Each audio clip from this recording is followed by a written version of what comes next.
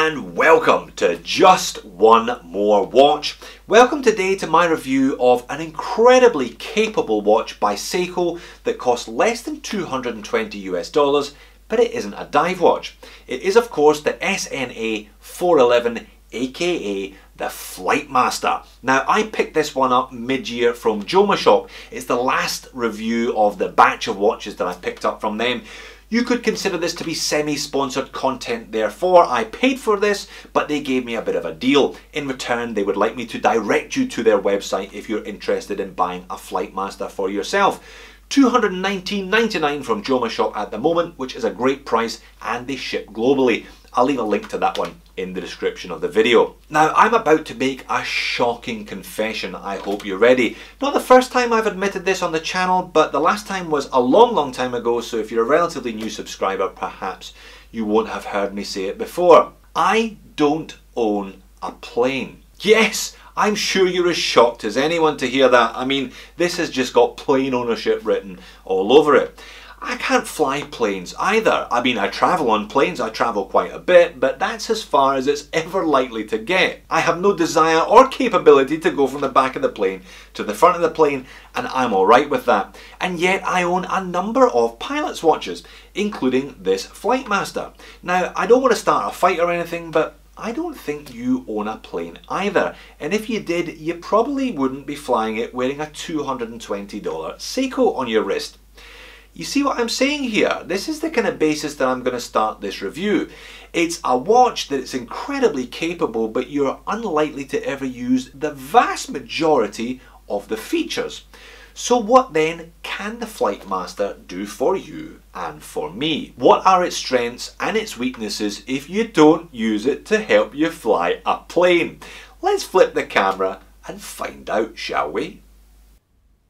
I know, right? You're still shocked about the plane thing.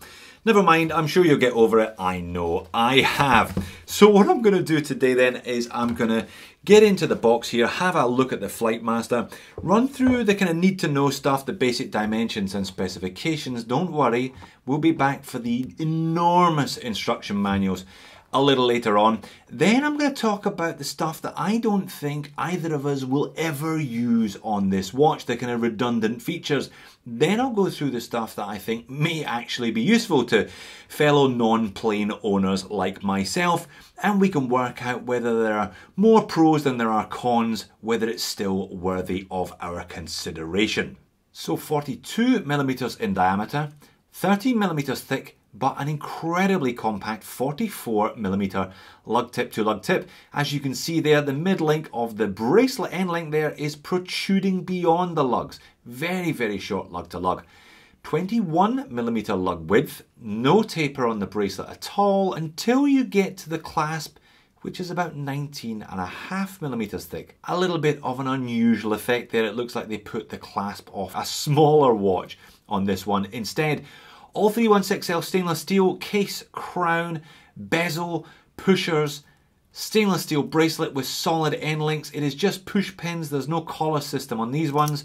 We have that slightly small clasp there with fold over, double security pusher. It is a pressed clasp. Now that is a piece of domed Hardlex crystal. I would say it is double domed, but you still get a chunk of distortion at the edges of the viewing angle there, so the inner dome cannot be as domed as the outer dome, if you see what I mean. The bidirectional slide rule bezel is also made of stainless steel, and it features an aluminium insert. The crown is screwed down, as are these pushers operating the chrono, giving this watch a remarkable 200 meters of water resistance. Zoomed in on the dial, and there is a lot going on with this one. Powering this watch is a 7T62 Seiko in-house quartz chronograph movement.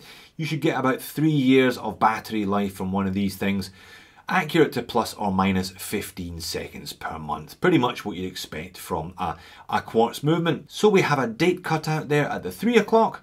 There is an alarm. Believe it or not, this watch features an alarm. You can also set that 6 o'clock subdial as a kind of pseudo GMT. You can have a second time zone down there. Over at the 9 o'clock, we have a ticking seconds hand.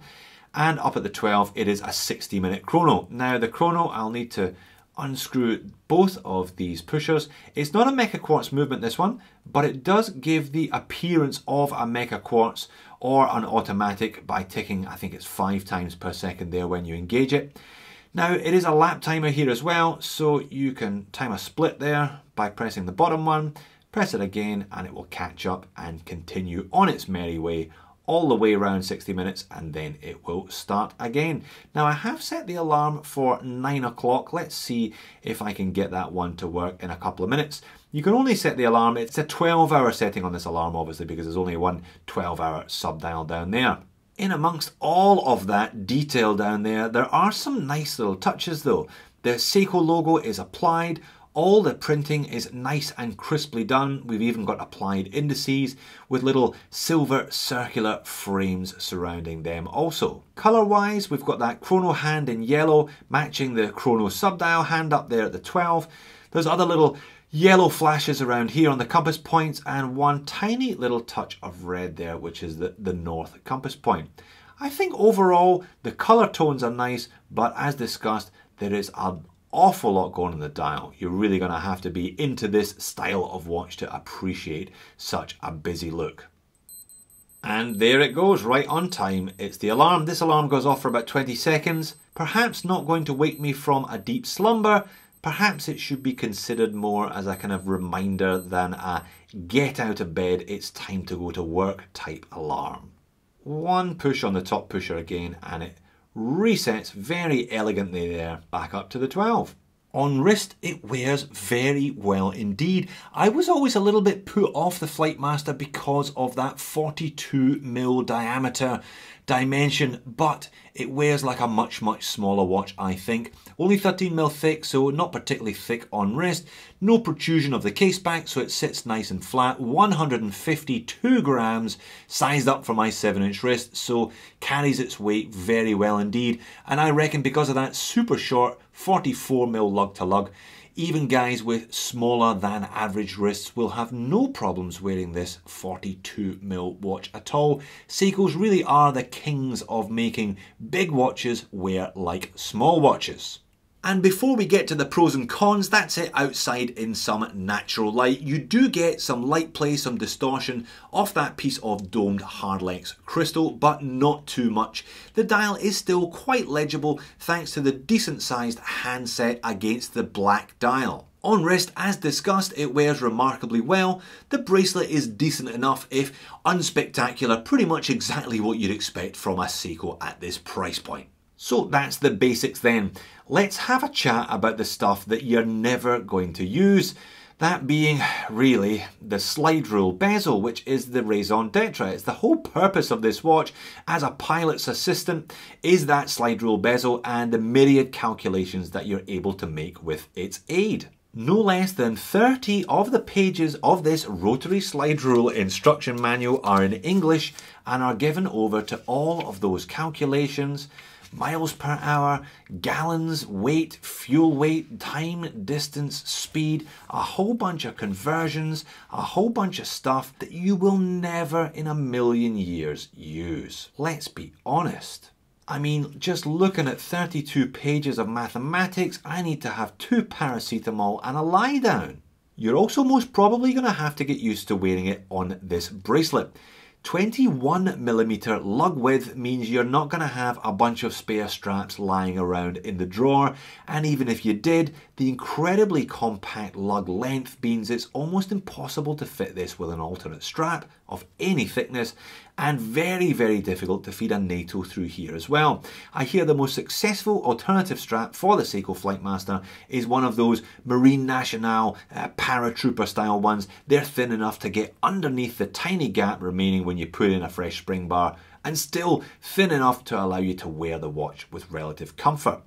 The bracelet, as discussed, is alright if unspectacular, and it probably could be doing with being all brushed rather than having those super polished mid links and the brushed outer links. What about some redeeming features then? What facets of this watch are actually useful to non-plane owners? Well, 200 meters of water resistance with a screw down crown and screw down pushers is fantastic. I mean, 200 meters in a $200 watch is pretty good going, regardless of the fact that it's not actually a dive watch. This thing is a pilot's watch. And the fact that the chrono pushers are screwed down as well means you can start the chrono and then screw down the pusher, means you cannot interfere with the chrono once it's set. Very useful indeed if you're timing something but fear that you might bash the watch.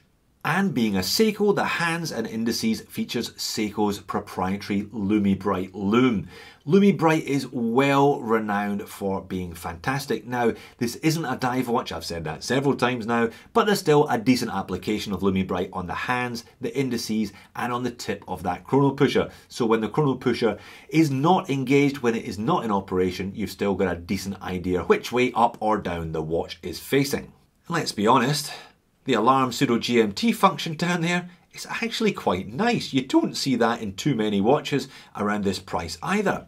The fact that they've used a small second subdial I always think is a great choice for quartz. It means you barely notice this one ticking at all. So you've got the added features that come with a quartz chronograph, 3 years between battery changes, and super accurate. If you've got a collection full of automatics, the Flightmaster will be the one watch in your watch box that's always set to the right time therefore. A great grab and go everyday piece. And perhaps that is what this one is all about then in today's market. It's not really for people who fly planes, it's just for people who are looking for a feature-packed and interesting watch at a reasonable price with a bit of history behind it, with some versatile and quirky features. You are going to have to buy into that super busy dial and the overall aviator look, but if that is your thing, then this is a genuine, viable alternative to a dive watch or whatever else it was that you were about to wear as a daily. You may not end up using all of the features, but there's still plenty going on with this one. So there you have it, this Seiko Flightmaster then, either one of the most value-packed and versatile watches on the market, or one with the most redundant number of features and complications. You tell me which camp you think this one falls into. I guess it comes down to whether or not you like the look and you like the whole kind of piloty, aviation-y theme that goes along with this watch, because like I said, I don't own a plane, you probably don't either, and yet we're all buying pilots' watches in their droves. Even putting all of that slide rule stuff to one side and just looking at the basic feature set, it's an incredibly capable watch. 200 meters of water resistance, usable loom, accurate 3-year battery life, a 60-minute chronograph, a vague alarm, plus a GMT second time zone function as well. That's an awful lot of features to pack into a watch for less than $220. So what I'm saying is that even if you don't use it to pilot your Cessna or your Piper at the weekends, and you're alright with a few glaring deficiencies, there's still quite a lot to be said for owning a Flightmaster. Thanks for watching, I'll see you in the next one.